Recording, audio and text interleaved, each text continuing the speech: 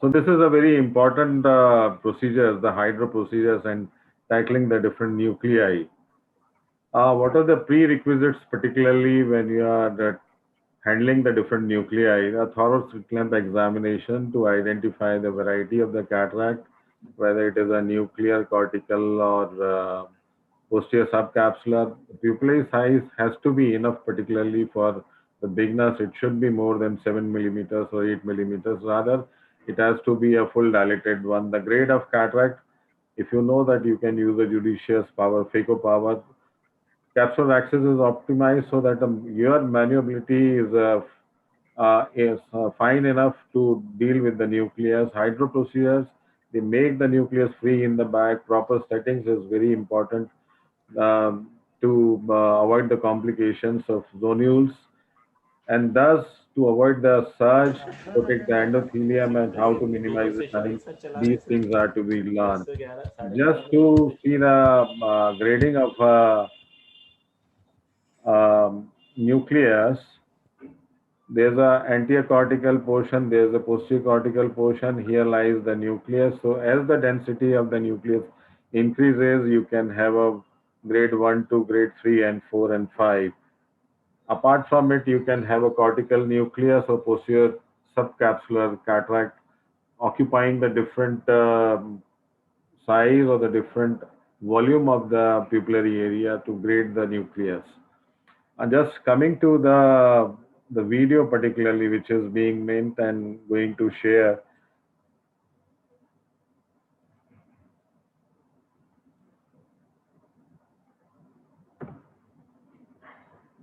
Yes, this is a hydro procedure. Try to see the red wave it is going and try to decompensate. Otherwise, there is a ballowing of posterior capsule and the posterior capsule can go away.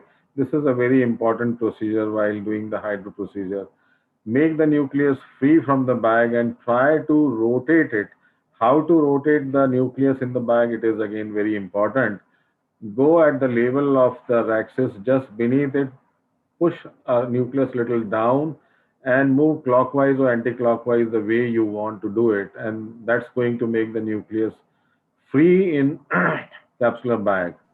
So this is a divide and conquer. Take the epinucleus from the from the upper part of the nucleus, and then you can reach the proper nuclear place. Always try to do first with the grade 2 nucleus and hydrodelinate, so that you need to know that yes, this is the limit of the nucleus and this is how uh, place where you want to really go to make a trench. Trench has to be at least two-third depth of the total thickness of the nucleus. Rotate it 90 degree. Once the linear trench is met, rotate it 90 degree, make another trench, and once again rotate it by 180 degrees so that you make a kind of a square, the doctor is square particularly that we see to and this is how it is ready to divide into the four quadrants.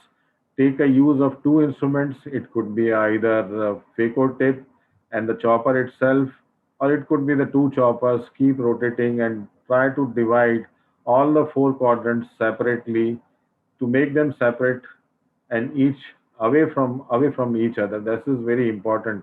If something is, I mean to say, entangled between the two chunks of the nucleus, you find difficulty in retrieving it individually. Then try to retrieve it individually. This is how check your settings and try to retrieve it without any problem. This is another case where I'm going to show the horizontal chop. This is a mature cataract.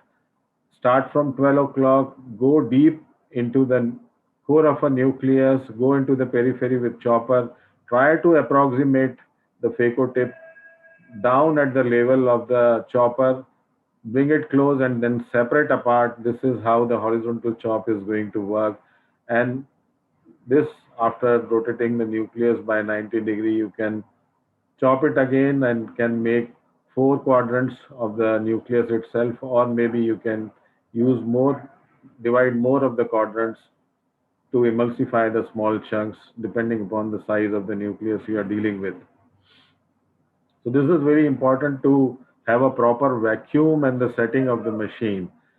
This coming with the vertical chop, again to start with at 12 o'clock, reach up to the level of the core of the nucleus, just cross a little bit of it, and try to embed the sharp chopper at the mid periphery so that it should not reach up to the level of the posterior capsule, and then bring it your phaco tip close to the chopper and then separate it.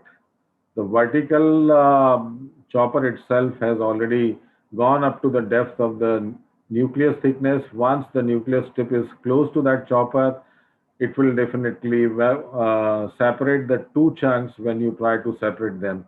So reaching up to the proper depth and the proper level of the nucleus is very important while you are doing this chop method or dividing the nucleus with the different modalities.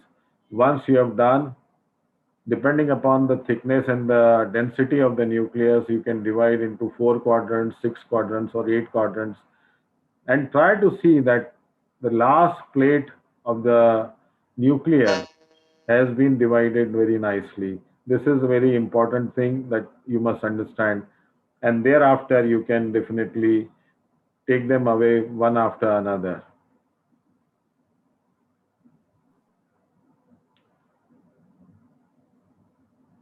So this is how the apex of the one pie has been uh, caught and engulfed as a phacoemulsification. If it is a entangled, you can just move or rotate it so that it gets separated, and you definitely take away the different the pie which you have made from the vertical chop.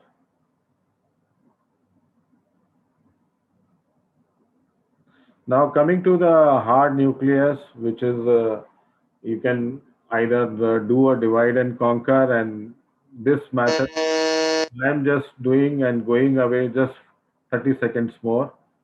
I'm just going away with stop and chop, make a trench, reach to the desired level of thickness of the nucleus, at least two-thirds, and use a good and appropriate vacuum to hold the nucleus.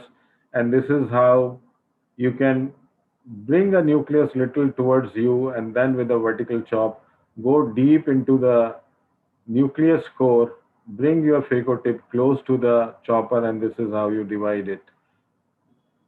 And coming to the posterior polar cataract, this is again very important thing that you should not lead into the posterior capsular rent. In these cases, after taking out the epinucleus, you have to hydrodelineate the nucleus itself, because you have to find out what is the extent of the nucleus itself. This is a brown ring or the golden brown ring, and try to take out this nucleus first without disturbing the plaque in the cortical plate. You can use a side port or the second instrument, particularly to dislodge the nucleus from the bag itself, and this is how the nucleus is taken away.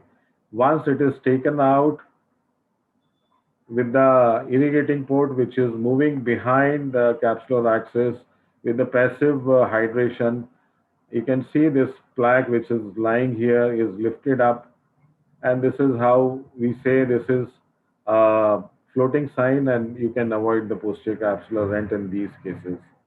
Thank you for patiently listening.